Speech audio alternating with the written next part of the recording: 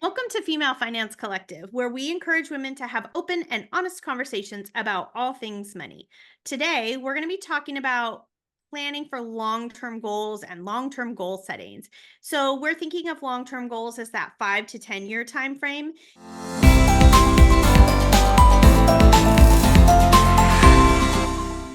In the past episodes, we've talked about, or in the last two episodes, we've talked about short term goals. And that's where we went over kind of SMART goal, not kind of, we went over the SMART goal process and how to use that to help you set goals. And then in the last episode, we talked about medium term goals and how to kind of think about them in that 3, 2, 1 process so that you really create yourself a strong action plan to achieve those. And so today we're going to talk about long term goals, and those are going to be different depending on what stage, not just of your financial knowledge and understanding, but also what stage of life you're in. Because some goals are going to make a ton of sense when you're in your 20s and 30s, but aren't going to make a bunch of sense when you're about to retire, and vice versa, right? Some of those are going to really be impacted by what stage of life you're in. And so I'm going to throw it to Mary Lee, and she's going to kind of talk us through how she coaches her clients at those different stages of life so that you can start to think about how that might apply to you. The biggest long-term goal that we all have is to, at some point, retire, because for most of us, it is not practical to work until our 80s and 90s. There's many reasons for that. So often our energy levels change. We might not have the skills to maintain our employment. And there's certain jobs where you have to retire earlier. So people like firefighters, they're retiring at younger ages because it would just be physically too difficult to continue to do those jobs. So retirement, I think we can agree, is a big long-term goal that we all have. And the longer the runway that you build to get to retirement, the easier it will be. So if you're someone that's in your 20s, setting aside a little bit of your income, just getting into the habit of doing that so you can start really small and build that amount over time. If you're in your 30s and 40s and you're just getting started, that's okay too. You might have to save a little bit more. And when in the context of a financial plan, this is where you can figure out how much it would be appropriate to save towards your retirement. It's very difficult to think about yourself 20, 30 years from now. And that is one of the biggest challenges that we have when it comes to planning for your retirement. But it's starting to think about who you are, what you like to do day to day, and what you envision your retirement looking like. And sometimes it can be helpful to look at what your parents are doing, look at what other family members that you know that are in retirement, just see how they spend their days and try to think of what are some of the activities that you would like to do. Because part of having a successful retirement is having hobbies or some fun way to spend your time. So the stage of life that you are currently in, it definitely determines how much you're able to put away for retirement. I know myself, there were times I struggled when I had two little kids very close together in age. Retirement savings was definitely not a priority for those first few years. And then I made it more of a priority as my income grew. I've always gone with the method of setting aside a certain percentage of my income towards retirement saving. That has been anywhere from about 10 to 20% throughout my working years. Now, this last few years, I've taken a break on that because I've been self-employed, and that will impact my retirement. So if you're just getting started and you're wondering about what retirement could look like, there are a lot of great calculators that are available online. And just starting to look at some numbers. So just experimenting, looking at numbers, and seeing what you might be able to put away from your day-to-day spending and put into some longer-term savings. I love your tip of the calculators. those are very motivating for me. I shared earlier on this podcast in an earlier episode about how I started a robo advising account and I put in $1 a day per kid. And putting in those numbers into an investment calculator, if I put in $30 a month or $60 a month, then it grows at 8%, or you can go, 6 to 10% is what most people kind of put in as a growth in the stock market numbers.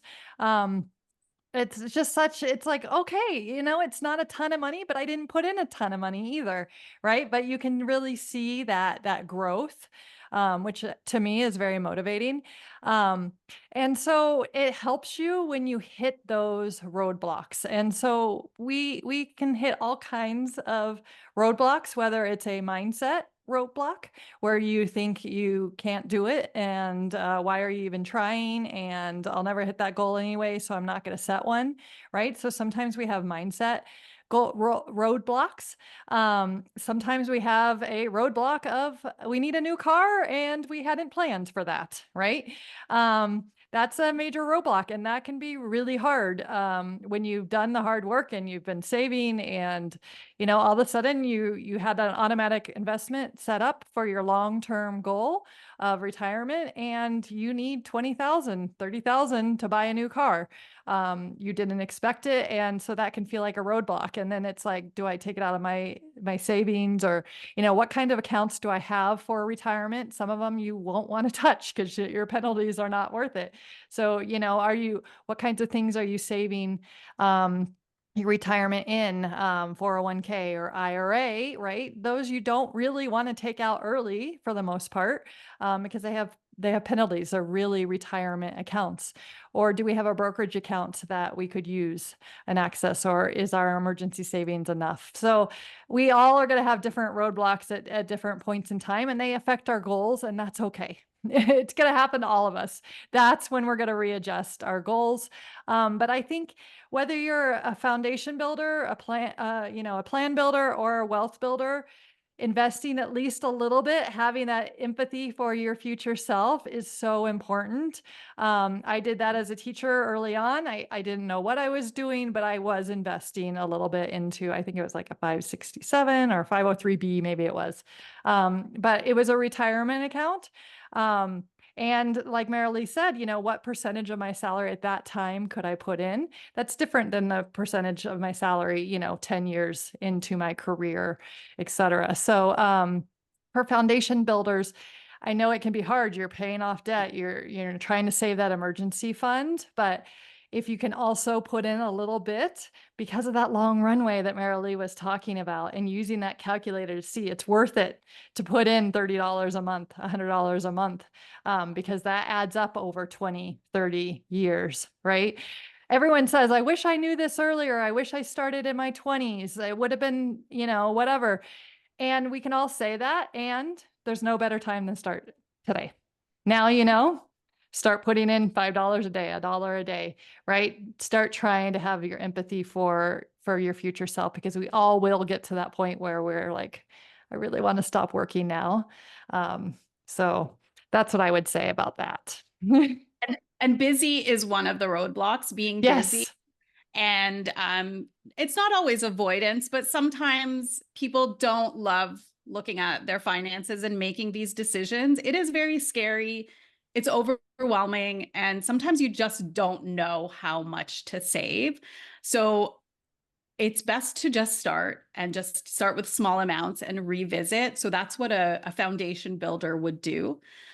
When you're in the plan builder phase, you're probably starting to think about getting close to the maximums for different retirement savings accounts. Maybe it's education savings. So if you have a young child, you're starting to put some money away towards their future education. And there's a lot of shuffling and figuring out what your priorities are. But at that plan builder phase, that's what you would be doing in terms of long-term goals and funding retirement. And one of the other roadblocks that I come across pretty often, especially when you're getting to the plan builder and wealth builder phases, is comparing yourself to others. So I hear this a lot, I'm behind. My friends are way ahead of me when it comes to finances. I'm not going to catch up. And it's one of those hard things. Like, it's hard to know what other people's finances are.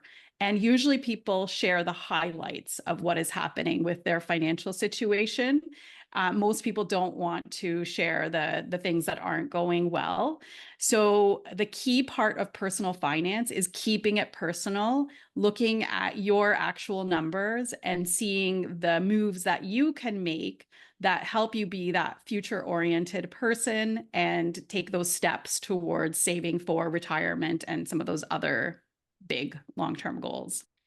Exactly. So let's talk a little bit about the difference between us saying, have open and honest conversations about money, and then also assuming you know exactly what's happening with other people's finances. So an open and honest conversation is when you're sitting down with a friend or a family member, whoever you like trust and enjoy having conversations with, and you're talking about how you save, tips on how you're investing. Maybe you are talking specific numbers with that person because you've established that as an element of your relationship and your accountability, and you know each other's income, and you're talking about percentages, and you're encouraging and you're helping each other learn about how to do things. That is one level, and that is the type of conversation we're encouraging. We also think it's great if everyone's out at brunch and you're talking about, hey, I'm investing in this and I'm doing this. But we're not asking, we don't think that just because someone's driving a certain car or living in a certain house that we're making assumptions about where they are financially, how much money they have. If they're saying, oh yeah, we bought this insert dollar amount of whatever here, this crazy vacation, you don't know how they paid for that, right? Unless they're your like accountability buddy or you've really had some conversations, you don't know if they had like saved for that forever and they had a special fund and they really like if they just had to magically pay for it, they couldn't, but it was something that they really put money away for a very long time. You don't know if they're living in crazy amounts of debt. So I think it's super important for us to not compare ourselves. It's that comparison trap that applies to a lot of things in life, but money is one of them. We don't want to compare ourselves to other people and make assumptions about where they are financially, how much money they have, how much further ahead or behind us that they are, because unless we're really having those deep conversations with them, we just don't know. And I would hate, all of us at Female Finance Collective would hate if you were making decisions about your own finances based on what your assumptions are about other people. So it's really important to remember this is where my focus is. Like, ooh, I really wish I had that car. That's okay, right? Or, oh, I wish we could renovate our kitchen the way that they did. But keep your eyes on your prize. What is your long-term goal?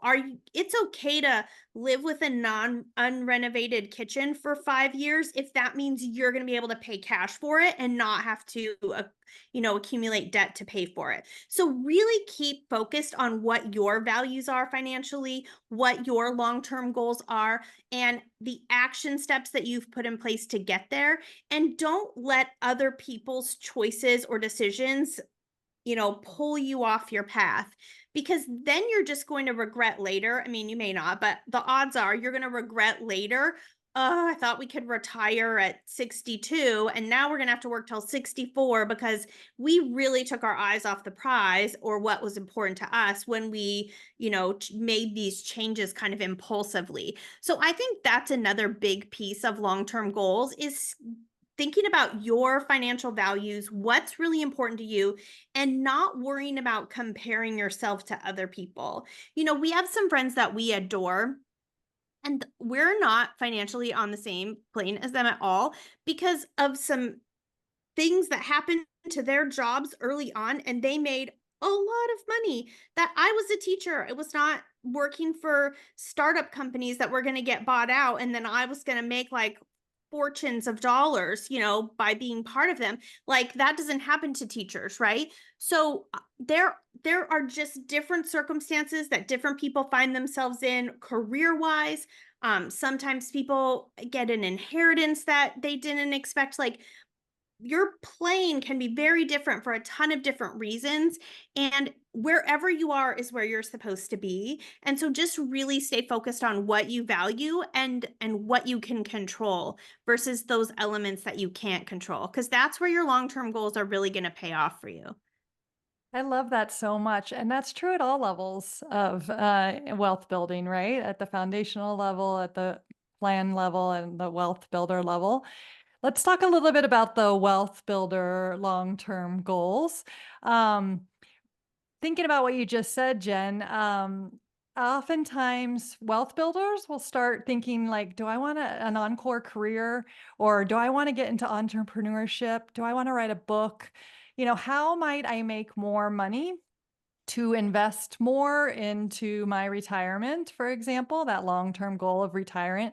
They might start thinking, could I retire a little bit earlier? And like you said, Jen, too, like that could have to shift or could shift, but wealth builders are starting to think in these ways of, do I need to go into my meaning making career? Am I ready for that at this point in life? Am I set up with my retirement well enough? You can run your FIRE number, Financial Independence Retire Early number, and you can just Google that and look it up. But you can run those numbers and help you start to set some bigger long-term goals because you've been investing for a long time. You've had that long runway, right? Because you've been making action plans with medium-term goals, right? So these stages really build on each other. Maybe your parents are aging and you need to make a plan to start to take care how you're going to help, if you want to take care of your family, right? Estate planning. There's so many things at the wealth builder stage that you could start looking and thinking about for long-term goals as well. Those are great suggestions on the wealth builder level. And definitely what people tend to do as they're at that stage is they start to look beyond their life. So it's helping their kids. Sometimes a big goal that people have is helping kids with a down payment on their house. We're seeing that a lot in Canada because we have very expensive housing. So this is something that clients are wanting to integrate into their financial plans to see the impact of the financial resources that they are building in their lifetime on the next generation. And that can be emotionally very satisfying to see, what kids and grandkids are able to achieve in their life because of the financial support that you've been able to provide them with. I definitely believe in the power of having a financial plan. And in your 20s, that can be, as simple as running some retirement projections. The biggest unknown is you won't know exactly what you will spend in retirement, but you can start doing a bit of work on figuring that out.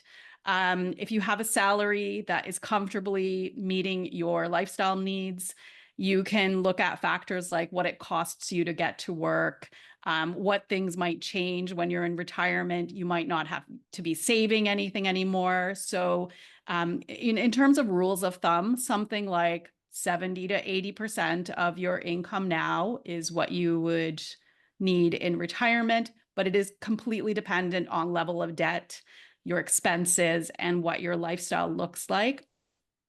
I think in your 30s or 40s, getting a financial plan and seeing that roadmap of the year by year and what you're doing now and how that can look like in retirement is super helpful. And then when you're in your later 40s and 50s, a financial plan, it's going to give so much more perspective because retirement is a shorter time frame. So you have less time to plan and the details are starting to get clearer. So a financial plan, always advocate for it. It is really, really helpful when it comes to planning for these long-term goals, specifically for retirement. Did you guys have anything to add to the long-term goal setting? I can't think of anything. I feel like we've really done a good job of thinking about it from different perspectives. We can't in our episode, we can't address every single element or potential long-term goal that people might have. So if you're listening and you're like, is this a long-term goal? Would this be something that I should be working on at this level? That it, really take some time to reflect on it, think about your personal situation, and then like Mary Lee said, that financial plan, whether you've had an appointment and worked with a financial planner or a coach, or whether you've just sat down and really put some effort into kind of working the numbers, maybe working backwards, like this is when I'd like to retire, this is about how much money I'd like to have, and thinking about things that way. Whether it is building generational wealth, taking care of your parents, all of those aspects, you can start to think about those on your own and then decide which elements make sense for you, which ones can you focus on, which ones should be part of your plan, and then which ones do you need to set goals to work toward. I think that there's no, as we've said many times, there's no right or wrong way to do this, and none of us, we're all doing it differently, right? And that doesn't make any of our ways better or worse. It's just you have to do what works best for you, your income level. You can also be a wealth builder at a much lower income level than somebody else, and that's okay. I love the term wealth builder, but I don't want anyone to get the impression that that means you have to be wealthy to be a wealth builder. You can be working on these really regardless of your income level. It's just kind of about your financial literacy and how you've set yourself up to move forward. What is even wealthy, right? I know. I know. Again, like we're comparing ourselves to others. We're thinking they think wealthy is this. So I think wealthy is this, but we never talk about it. It's just all in our heads, isn't it? Well, I think it's our individual perspective. Yeah. And it's what your level of wealth is determined by what your goals are and how you want to live your life. And that number to achieve that life is going to look very different for everyone. And for some people, wealth is having more time and more energy to do the things that they really enjoy doing. For others, having wealth means they can afford fancy vacations. So it really is so individual to determine. And the better that you know yourself, the better it is for setting financial goals. And it can also help you motivate and stay on track with those goals because you know that you are connecting with those goals. They match your values and it's a lot easier to work towards them. Because sometimes I will see myself, I sabotage the goals that I don't really connect with and I get off track. And I know why, because I'm not really connecting with that specific goal. It doesn't fit my life. And it's easy to realize that. We could have a whole episode on self-sabotage because I definitely related when you said that. It's so true.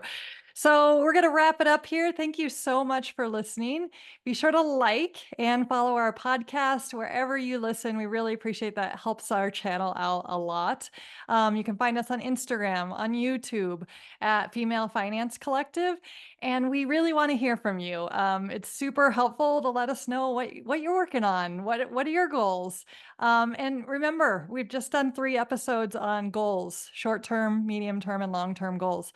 Go back and listen to them and don't try to do them all at once, right? Just try to get good at setting a goal and meeting it and celebrate. Don't forget to celebrate. So we really look forward to chatting with you again next week.